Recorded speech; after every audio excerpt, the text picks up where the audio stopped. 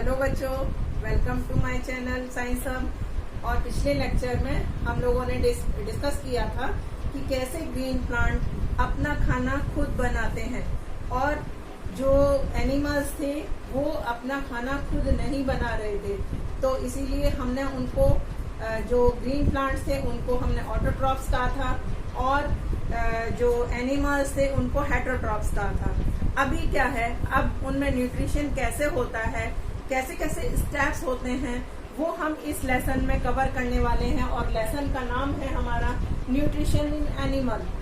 पिछला चैप्टर जो हमने पढ़ा था उसका नाम था न्यूट्रिशन इन प्लांट और इसका नाम है nutrition in animal. Nutrition in animal में हम क्या क्या चीजें कवर करेंगे हम कि एनिमल न्यूट्रिशन क्या होता है, पहले तो ये बताएंगे, फिर बताएंगे different step of nutrition, different step of nutrition. Different steps कौन कौन से हैं? Ingestion, digestion, absorption, assimilation, egestion. ये सभी स्टेप्स हर ऑर्गेनिज्म फॉलो करता है। जितने भी, चाहे ह्यूमन बींग्स है चाहे कोई और एनिमल है, वो सभी इसी स्टेप्स को फॉलो करते हैं, इन्हीं सारे स्टेप्स को। तो हम वन बाय वन एक एक स्टेप को कवर करते हुए आगे चलेंगे। देखो पहला स्टेप क्या है? पहला है इंजेशन। इंजेशन क्या होता है? जब कोई भी ऑर्गेनिज्म खाना इनटेक करता है, खाना अंदर लेता है, तो उसको कहते हैं इंजेशन। अब डिफरेंट ऑर्गेनिज्म डिफरेंट तरीके से खाना खाते हैं। जैसे लिविंग बींग, हम ह्यूमन बींग्स हैं। ह्यूमन बींग्स जो हैं अपने हैंड से खाना अपने माउथ में रखते हैं और उसको फिर निगल लेते हैं। लेकिन जो हर्बीवोर्स हैं एनिमल्स, वो ग्रास डायरेक्ट मुंह से खाते हैं, ठीक है। ऐसे ही कार्निवोर जो हैं वो अपनी जॉस को इस्तेमाल करते हुए और किसी भी प्रे का शिकार करते हैं और उन्हें जॉ से खाते हैं। इसी तरह से डिफरेंट ऑर्गेनिज्म डिफरेंट तरीके से इंजेशन करते हैं। देखो इसकी डेफिनेशन क्या है? The process by which the food is taken inside the body. The process by which the food is taken inside the body of an organism is called ingestion. Clear बच्चे? हाँ, सबको समझ में आ गया ना? चलो गुड। अब नेक्स्ट है, देखो नेक्स्ट होता है हमारा डाइजेशन। डाइजेशन क्या है? जो हमने खाना लिया वो था कॉम्प्लेक्स सब्सटेंसेस थे, हमने इनटेक कर लिया, इंजेशन हो गया। तो जो हमने इंजेशन में खाना लिया है वो है कॉम्प्लेक्स सब्सटेंसेस में। अब एनर्जी लेने के लिए हमारी बॉडी क्या करेगी? उन कॉम्प्लेक्स सब्सटेंसेस को सिंपलर सॉल्युबल सब्सटेंसेस में ब्रेक डाउन करेगी, सिंपल से सिंपल फॉर्म में, ताकि इजीली हमारी वो बॉडी में एब्जॉर्ब हो सकें और हमको एनर्जी दे सकें। ठीक है बेटा? देखो, the process of breaking down complex substance into simple soluble substance with the help of digestive juices. देखो एक और नया वर्ड आया, कॉम्प्लेक्स सब्सटेंस को सिंपलर सॉल्युबल सब्सटेंस में कैसे ब्रेक डाउन किया गया? हमारी बॉडी में कई जगह से डाइजेस्टिव जूसेस निकलते हैं, सीक्रेट्स होते हैं। जैसे ही मुंह में खाना गया, हमारे मुंह में जाते ही एक डाइजेस्टिव जूस सीक्रेट होता है ना? उसको हम कहते हैं सलाइवा, जिसको हम नेक्स्ट टॉपिक में कवर करेंगे। तो ऐसे बहुत सारे डाइजेस्टिव जूसेस जब हमारे खाने में मिक्स होते हैं तो वो कॉम्प्लेक्स सब्सटेंस से उसको सिंपलर सॉल्युबल सब्सटेंस में कन्वर्ट कर देते हैं। इसी प्रोसेस को हम डाइजेशन कहते हैं। The process of breaking down complex substance into the simple soluble substance with the help of digestive juices is called as digestion. Note करो बेटा, सभी बच्चे नोट कर लो, फिर नेक्स्ट करते हैं। अब देखो नेक्स्ट स्टेप न्यूट्रिशन का कौन सा होगा? नेक्स्ट स्टेप होगा एब्जॉर्प्शन। एब्जॉर्प्शन का मतलब जैसे इसके वर्ड से ही आपको महसूस हो रहा होगा, समझ में आ रहा होगा, एब्जॉर्ब करना, किसी भी चीज को एब्जॉर्ब करना। तो जो डाइजेशन में सिंपल सॉल्युबल अभी कॉम्प्लेक्स से ब्रेक होकर सिंपल सब्सटेंस बने हैं, उनको इसमें इस प्रोसेस में सिंपल सॉल्युबल फूड सब्सटेंसेस को क्या किया जाता है, एब्जॉर्ब किया जाता है। किसके द्वारा? फूड फ्लूइड्स, बॉडी फ्लूइड्स में जाके इसको एब्जॉर्ब कर लिया जाता है। तो इसकी डेफिनेशन क्या होगी, देखो समझो। The process in which simple soluble food substance is passes into the body fluids is known as या is called as absorption। ठीक है बेटा, समझ में आया? एक बार फिर से समझ लो, देखो। The process in which simple soluble food substance are passes into the body fluid is called absorption। जो complex substance simple soluble substance में चेंज हो गए थे, उन सिंपल सॉल्युबल सब्सटेंस को एब्जॉर्ब करना एब्जॉर्प्शन कहलाता है, या बॉडी फ्लूइड्स में भेजना एब्जॉर्प्शन कहलाता है। ठीक है बेटा, क्लियर हो गया? नेक्स्ट देख लेते हैं एसिमिलेशन। एसिमिलेशन क्या है? The process by which absorb nutrients are utilized by the body. अभी क्या हुआ, पहले वाले में सिंपल सॉल्युबल सब्सटेंस को एब्जॉर्ब कर लिया। अब एसिमिलेशन में क्या हो रहा है?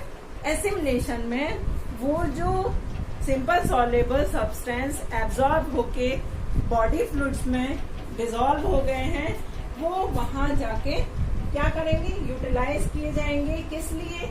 हमको एनर्जी देंगे, हमको प्रोटेक्शन देंगे, है ना, वेरियस एक्टिविटीज के लिए हमें ग्रो करेंगे, है ना। तो ये सब काम के लिए यहाँ यूटिलाइज वो एसिमिलेशन हो रहा है। फिर है एजेशन। एजेशन, अब जितना भी फूड था वो सारा तो हमारा यूटिलाइज हुआ नहीं, सारा तो डाइजेस्ट हुआ नहीं, सारा एब्जॉर्ब भी नहीं हुआ। उसमें कुछ ऐसा पोर्शन रह गया था जो वेस्ट की फॉर्म में आ गया था, सॉलिड फॉर्म में था। तो उस सॉलिड वेस्ट को बॉडी से बाहर निकालना, वो एजेशन है। देखो जैसे इसकी समझो definition, the process of elimination. Elimination माने रिमूव करना। The process of elimination of undigested food, जो डाइजेस्ट नहीं हुआ, undigested solid parts of the food is known as egestion.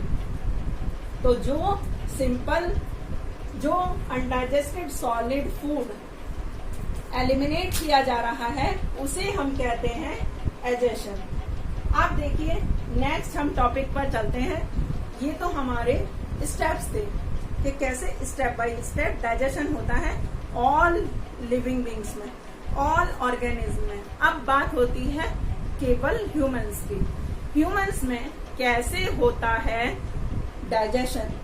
तो पहला प्रोसेस वही रहेगा जो इनमें था। क्या था? इंजेशन। इंजेशन का मतलब खाना इनटेक करना, खाना लेना।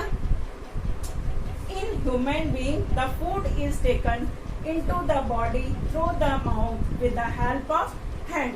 हम कैसे खाना खाते हैं? अपने हाथ से ऐसे करके मुंह में, है ना, माउथ में खाना जाता है ऐसे करके, हैंड से ही खाते हैं ना। तो इसको हम कहते हैं इंजेशन। ठीक है, अब नेक्स्ट पॉइंट अभी क्लियर करते हैं। आप इसको जल्दी से राइट डाउन करो, जल्दी से उतार लो।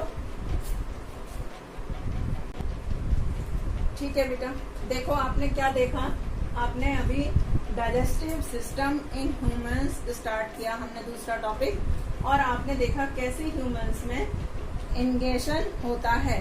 ठीक है, लेकिन अभी हम यहाँ क्या बताने वाले हैं, ये एक फ्लो चार्ट बनाया है कि क्या क्या चीजें डाइजेस्टिव सिस्टम में यूज होती हैं, क्या क्या चीजें हैं, क्या क्या ऑर्गन्स हैं, कैसे कैसे खाना कहाँ कहाँ जाएगा। देखो, ये अगर हम डाइजेस्टिव सिस्टम को डिवाइड करना चाहें तो हम उसको दो पार्ट्स में डिवाइड कर सकते हैं। पहला होगा हमारा डाइजेस्टिव ट्रैक्ट और दूसरा होगा एसोसिएटेड ग्लैंड।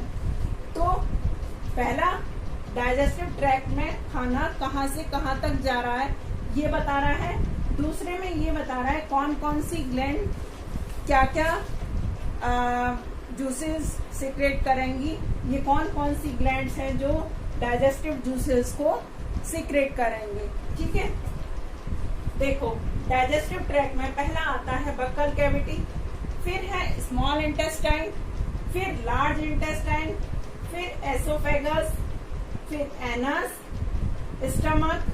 ये है डाइजेस्टिव ट्रैक्ट के सारे पार्ट। अब अगर एसोसिएटेड ग्लैंड को देखें तो सबसे पहले है सलाइवरी ग्लैंड, जो कि हमारे मुंह में होती है। लीवर स्टमक के पास होता है, और पैनक्रियास। ये सब हमारे डाइजेस्टिव जूसेस को निकालने में हेल्पफुल होती हैं। अब देखो डाइजेशन कैसे होगा। डाइजेशन को अगर हम डिस्क्राइब करें ह्यूमन बीइंग में, तो सबसे पहले हम बात करेंगे बक्कल कैविटी। बक्कल कैविटी में मेनली 3 चीजें इंक्लूड होती हैं। वो 3 चीजें क्या क्या होंगी? पहला तो होगा हमारे टीथ, दूसरा टंग, और तीसरा हमारे सलाइवरी ग्लैंड। बक्कल कैविटी आपने देखा हमारे मुंह से ही रिलेटेड है, इसीलिए बक्कल कैविटी को माउथ कैविटी भी कहा जाता है। ठीक है बेटा, तो बक्कल कैविटी में 3 चीजें आई। Buccal cavity contains teeth, tongue and salivary gland. अब हम बात करेंगे टीथ की। टीथ कितने तरह के होते हैं, कैसे कैसे होते हैं, क्या क्या काम करते हैं, ये सब हम इस टॉपिक में पढ़ेंगे। The teeth break the food into small pieces. जब भी हम कोई खाना खाते हैं तो वो टीथ ही तो हैं जो हमारे खाने को छोटे छोटे पीसेस में तोड़ देते हैं। वो टीथ ही तो हैं जो उस खाने को चबाने में हमारी हेल्प करते हैं। वो टीथ ही तो हैं जो उसको क्रश करते हैं, ग्राइंड करते हैं। The teeth break down the food into small pieces, chew and grind it. This is also called as mechanical digestion. इसीलिए इस डाइजेशन को, ये तोड़ना, च्यू करना और उसको क्रश करना, इसको हम क्या कहते हैं? Mechanical digestion. Our teeth are different shape. हमारे टीथ की क्या है? डिफरेंट शेप्स हैं, और वो डिफरेंट टाइप के फंक्शन करते हैं। बहुत अलग अलग दांतों के अलग अलग फंक्शन है। जो ग्राइंड करेगा वो कट नहीं करेगा, टीयर नहीं करेगा। जो क्रश करेगा वो ग्राइंड नहीं करेगा, ठीक है, टीयर नहीं करेगा। तो हर फंक्शन के बेसिस पर हम अपने टीथ को कितने पार्ट्स में डिवाइड करेंगे ये भी बताते हैं। तब तक आप इसको राइट डाउन करो जल्दी से। देखो डाइजेशन में बक्कल कैविटी जब हम इंक्लूड कर रहे हैं तो उसका सबसे पहला पार्ट क्या था? वो था टीथ। टीथ को हम किस किस तरह से क्लासिफाइड कर सकते हैं, टीथ के क्या क्या फंक्शन थे ये तो आपने देखा, लेकिन अलग अलग उसके फंक्शन के बेसिस पर और उसके शेप के बेसिस पर आप कैसे कैसे टीथ को क्लासिफाई कर सकते हो वो आप अभी यहाँ देखोगे। ठीक है, ये मैंने एक डायग्राम बनाया हुआ है।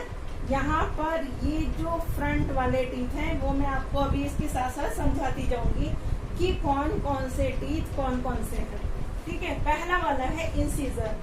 अब मैं हर एक के फंक्शन के बेसिस पर आपको बता रही हूँ कि इस टीथ का पर्टिकुलर काम क्या है। इनको हम कटिंग टीथ भी कहते हैं, इंसीजर्स को। ये जो टीथ हैं, दीज टीथ आर 4। इनका नंबर कितना होता है? 4 होता है। 4 flat and blade like teeth. ये फ्लैट होते हैं और इनकी शेप जो होती है ब्लेड की तरह से होते हैं। इसीलिए ये क्या काम करते हैं? फ्रूट्स को या हमारे खाने को कट करने का काम करते हैं। ठीक है, कट करेंगे। और उसके अलावा ये हमारे जॉ के फ्रंट पोर्शन में सिचुएटेड होते हैं। ठीक है, These teeth are used to bite and cut the food into small pieces. जैसे आपने एप्पल खाया तो आप कैसे कट करोगे? आप होल एप्पल को जब खा रहे हो तो ऐसे कट करोगे। किससे करोगे? इंसीजर से।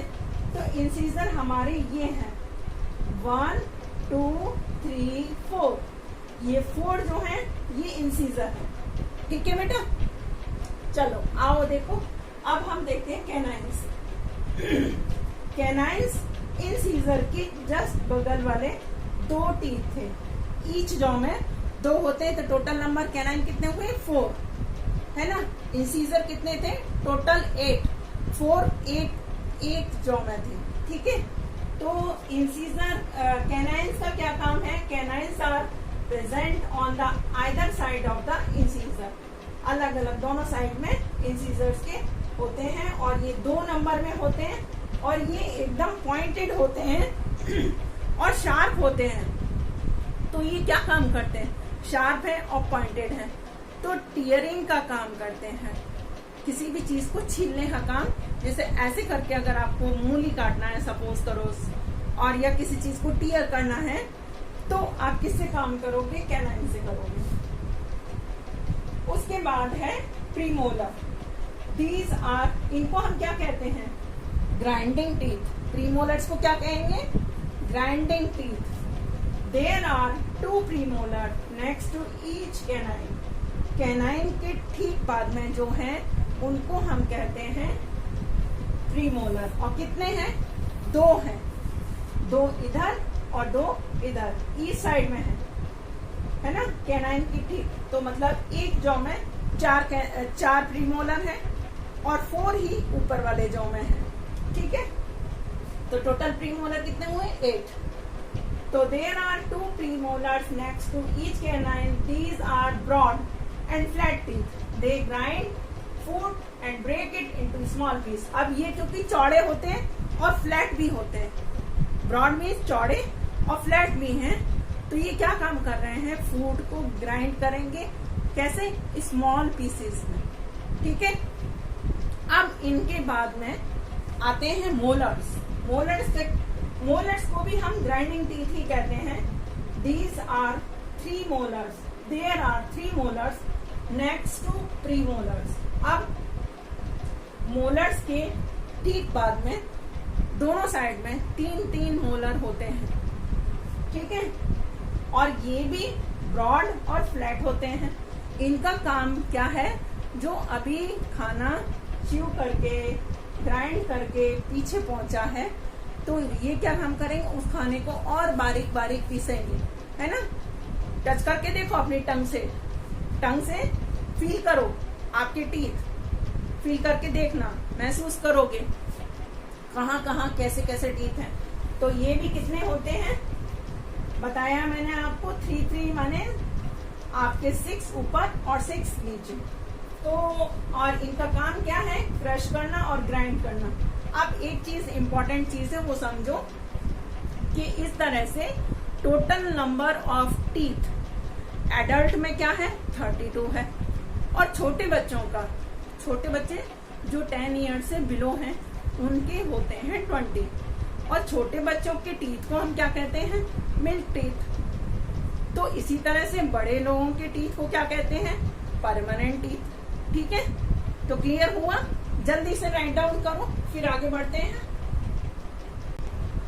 तो अभी आपने टीथ के बारे में समझा होगा अच्छे से, मैंने आपको टीथ को क्लासिफाई करके दिखाया। अब देखो नेक्स्ट, इसमें बक्कल कैविटी में नेक्स्ट पॉइंट क्या आता है? हमारा टंग के बारे में समझेंगे, टंग के फंक्शंस देखेंगे। टंग क्या है पहले ये समझ लीजिए। The tongue is a fleshy muscular organ. Tongue जो है ये फ्लैशी, ये देखो टंग का डायग्राम दिखाया है मैंने, कोशिश की है, बहुत अच्छा तो नहीं है पर आप समझने की कोशिश करोगे, समझदार बच्चे हो, है ना। तो देखो ये टंग जो है, टंग एक फ्लैशी मस्कुलर ऑर्गन है जो बक्कल कैविटी के फ्लोर पर अटैच रहती है। पीछे की साइड में ये अटैच रहती है। तो ये बक्कल कैविटी के साथ अटैच रहती है। और टंग जो है कौन कौन से functions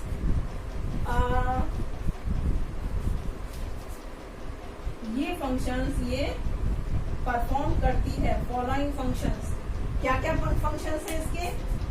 it helps in mixing saliva with the food. क्या काम करेगी? सलाइवा को मिक्स करेगी फूड में। जो खाना हमने मुंह में रखा या जो हमने खाना खाया, या हमारे इंसीजर ने जब कट करना शुरू किया खाने को, तो हमारे सलाइवरी ग्लैंड जो हैं वो सलाइवा को निकालना शुरू कर देंगे। तो टंग क्या काम करेगी? खाने को घुमा घुमा के सलाइवा को मिक्स करेगी मुंह में। कभी देखना, ऑब्जर्व करना, जब तुम खाना खाते हो तो टंग अपने आप घूमना शुरू कर देती है ना खाने के साथ साथ, तो वो सलाइवा को मिक्स कर रही होती है। ठीक है, it helps the pushing and the swallowing the food. ये खाने को क्या करेगी, अंदर गले में ले जाने के लिए पुश करेगी। जब खाना च्यू हो गया, अच्छे से क्रश हो गया, तो टंग हमारे खाने को अंदर ले जाएगी। ठीक है, अब इसके पास एक बहुत बढ़िया बात बताती हूँ इसमें मैं आपको। इसके पास कुछ टेस्ट बर्ड हैं। टेस्ट बर्ड हैं जो वो ये पहचानती हैं कि कहाँ खाना कैसा है। ये टेस्ट बर्ड से ही हमको पता। अगर हमारे टंग पर टेस्ट बर्ड नहीं होती तो हमको किसी भी चीज का टेस्ट नहीं आता। ठीक है, आज से कुछ साल पहले की बात है, जब पुराने टाइम पे ये माना जाता था शुरू में कि ये जो टंग है ना, इसके अलग अलग पोर्शन हमको अलग अलग टेस्ट की फीलिंग कराते हैं। जैसे सामने वाला हमको स्वीट और इसकी साइड वाला सोर, फिर उसके पीछे वाला सॉल्टी और सबसे पीछे वाला बिटर। पहले की थीसिस यही थी, लेकिन बाद में जो साइंटिस्ट थे उन्होंने ये बताया कि नहीं, एवरी बर्ड एवरी टेस्ट को महसूस कर सकती है, फील कर सकती है, डिस्टिंग्विश कर सकती है। ठीक है, एवरी बर्ड, चाहे वो कोई भी है। इसके लिए पर्टिकुलर अलग अलग का होना जरूरी नहीं है। और अभी जैसे मैं आपसे बात कर रही हूँ तो वो किस बेसिस पे कर रही हूँ, टंग से कर रही हूँ ना। अगर टंग नहीं होती तो क्या मैं आपसे बात कर पाती, क्या मैं आपको ये चैप्टर समझा पाती ना। तो ये बोलने में भी हमारे लिए हेल्पफुल है। It help us to speak. अब नेक्स्ट जो था हमारा इसमें बक्कल कैविटी में, वो था last salivary gland. Salivary gland, जैसा कि मैंने आपको पिछली बार भी थोड़ा सा बताया कि सैलिवरी ग्लैंड क्या है, वो सलाइवा के जो एक डाइजेस्टिव जूस है सलाइवा, उसको प्रोड्यूस करती है ना। देखो मैंने बताया salivary gland produce digestive juice called saliva. ये जो सलाइवा है इसमें एक एंजाइम होता है, उसको कहते हैं एमिलेज। एमिलेज एक एंजाइम है, और वो एमिलेज क्या काम कर रहा है, हमारे खाने में आपको पता है स्टार्च होती है, लेकिन स्टार्च को हम डाइजेस्ट नहीं कर सकते। स्टार्च को हम डाइजेस्ट कब करेंगे, जब वो सिंपल सॉल्युबल सब्सटेंस में ब्रेक डाउन हो जाएगा। तो उस स्टार्च को ब्रेक करने का काम कौन करता है, एमिलेज करता है। और ये एमिलेज कहाँ है, सलाइवा में है। सलाइवा में एमिलेज नाम का एक एंजाइम है जो कि हमारे फूड के स्टार्च को ब्रेक करके सिंपल शुगर्स में कन्वर्ट करता है, सिंपल शुगर में कन्वर्ट करता है। क्लियर, समझ में आ गया होगा यहाँ तक। ठीक है, आगे के वीडियो में मैं आगे के कंसेप्ट को क्लियर करते चलूंगी। अगर यहाँ तक का आपको सब कुछ समझ में आया है, राइट डाउन करो और प्लीज प्लीज प्लीज प्लीज मेरे वीडियो को लाइक और शेयर जरूर करो। थैंक यू सो मच बेटा।